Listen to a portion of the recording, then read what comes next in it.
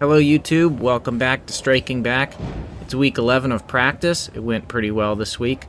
I forced myself to use my spare ball for almost all my spares. One spare I did use my strike ball for, but then I made sure to do the rest of my spares with my spare ball. So for some of the multi-pin spares, I missed or chopped a couple because we're still working on that spare system and lining up where I need to be with that ball.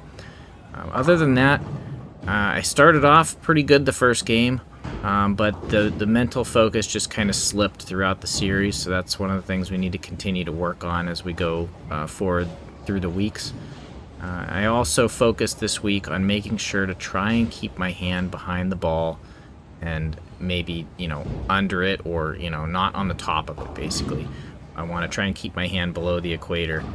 So I'm going to take a look at some of that through this week's footage and see if I accomplished any of that. I felt like I did. I seemed like I was getting more revs on the ball today. So enjoy the video and we'll see you at the end.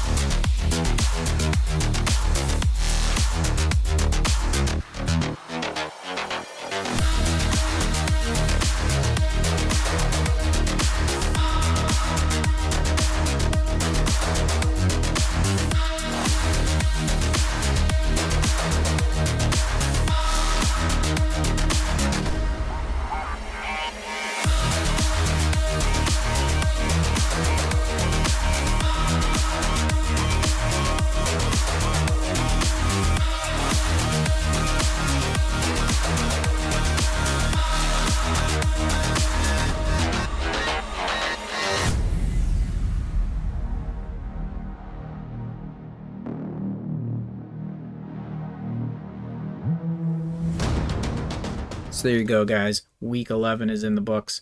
We had a 6-11 series, and this week goes to show you the importance of making your spares. We had 6 opens, some of them at very critical points in the game, but some of this was also by design. I was forcing myself to use my spare ball rather than my hook ball for making spares, and that's because once we start to get into sport patterns and more challenging conditions, you don't know where on the lane your ball is going to start to hook. And so sometimes it's better to use your spare ball, even for simple spares like a 5-pin, because you don't know if your ball is going to react unexpectedly and cause you to miss a spare.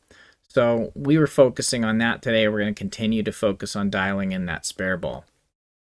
Interestingly enough, every game this week had 7 strikes in it, exactly 7 strikes. And so it feels like we should add higher scores, but we didn't. Specifically, one of the heartbreakers this week was game 2. We had 4 strikes in a row. I dumped the ball off my thumb into the gutter. Then we had 2 more strikes. That could have been 7 in a row. And we also missed 2 pins in a split during that game.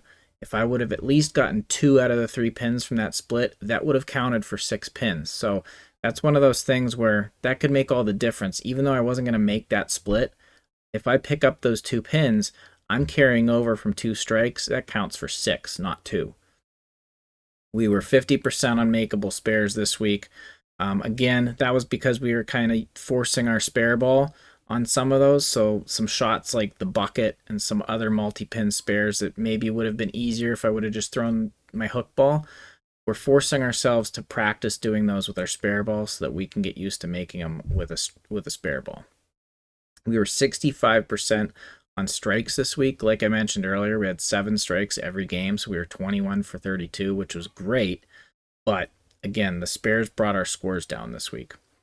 75% on single pin spares. We missed 1, so that was another 10 pin this week. Last week we missed it to the right in the gutter. This week we missed it on the inside. So again, still dialing in that spare ball, and hopefully in time we're going to start to see that become 100% every week. 33 game average now is still at 204. Interestingly enough, the single pin spare picked up average, if we would have made all our single pin spares across the 26 games that we actually tracked individual frames, would be 209, a little over 209. So we would almost have a 210 average right now if we've picked up all of our single pin spares. So that's just goes to show you how important it is to make your single pin spares. So that's it for the week, guys. Hope you enjoyed this video. Don't forget to like and subscribe, and we'll see you in the next one.